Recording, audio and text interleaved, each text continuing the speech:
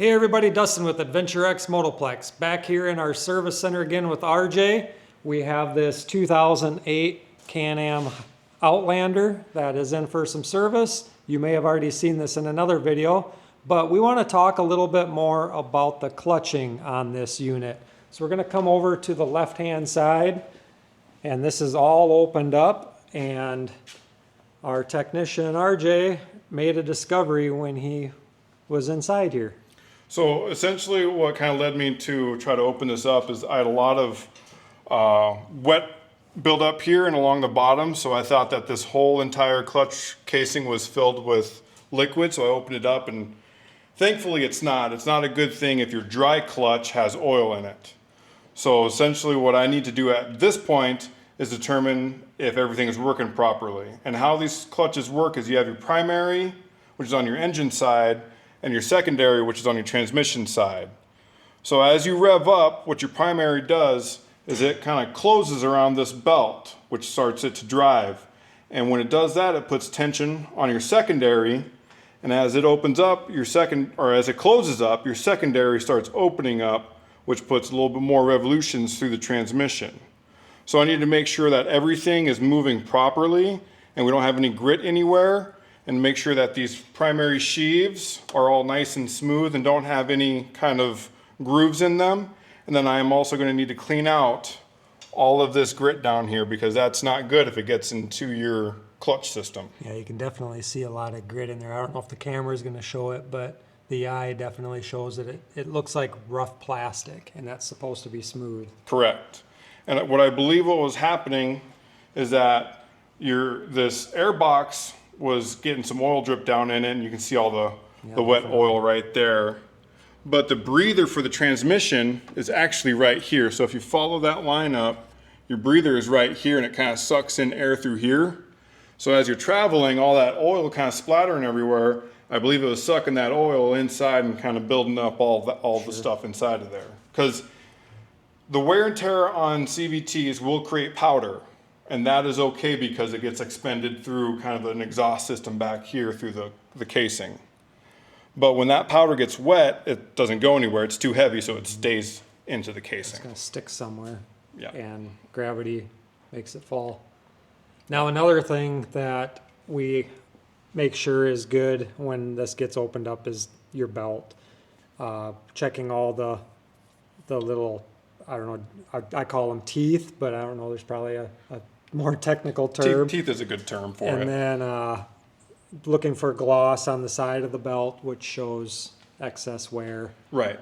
So your average wear on your belt is actually going to start on the inside teeth. So that's where your glossing is going to show from just normal wear and tear. Like this one isn't bad. It's kind of starting, but you'd look for glossing. You'd look for delaminations, which is just kind of right where that thread core is. You can kind of see it starting to separate. But there's also a separating failure too, where that's the whole belt is just starting to kind of split apart.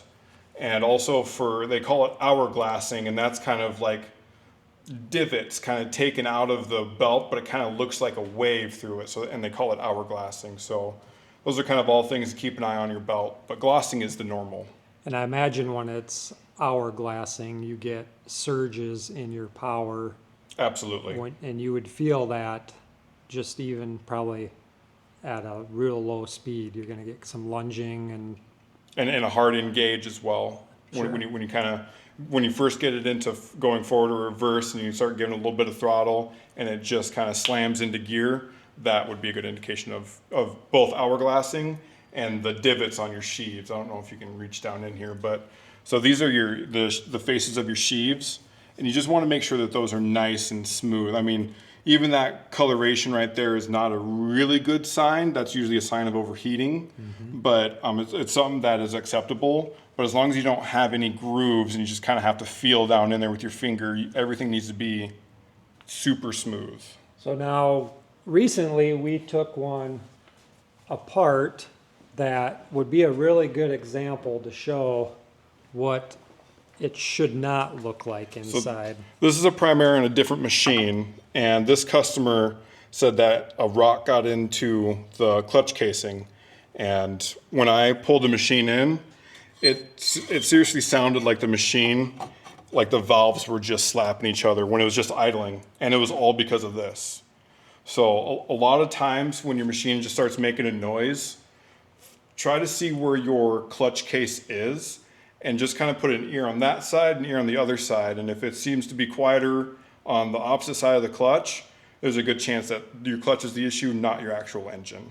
But yes, if you have anything that gets inside your case that's not supposed to be there, if you have to get it home, do so, and we'll deal with the damage after that. But if you have a chance to just stop it, you can avoid this damage and about a $1,700 fix. So we can talk shop all day long about this type of stuff. When we get into different machines, it's fun, it's what we do, and we can talk and service on pretty much any component. So hopefully, if you have a machine and you do your own service, hopefully this will help you a little bit to give you an idea of kind of what we look for here in the shop. So appreciate you watching, and we will continue doing some of these videos in the future. Thank you, RJ, for your assistance. Yes, sir.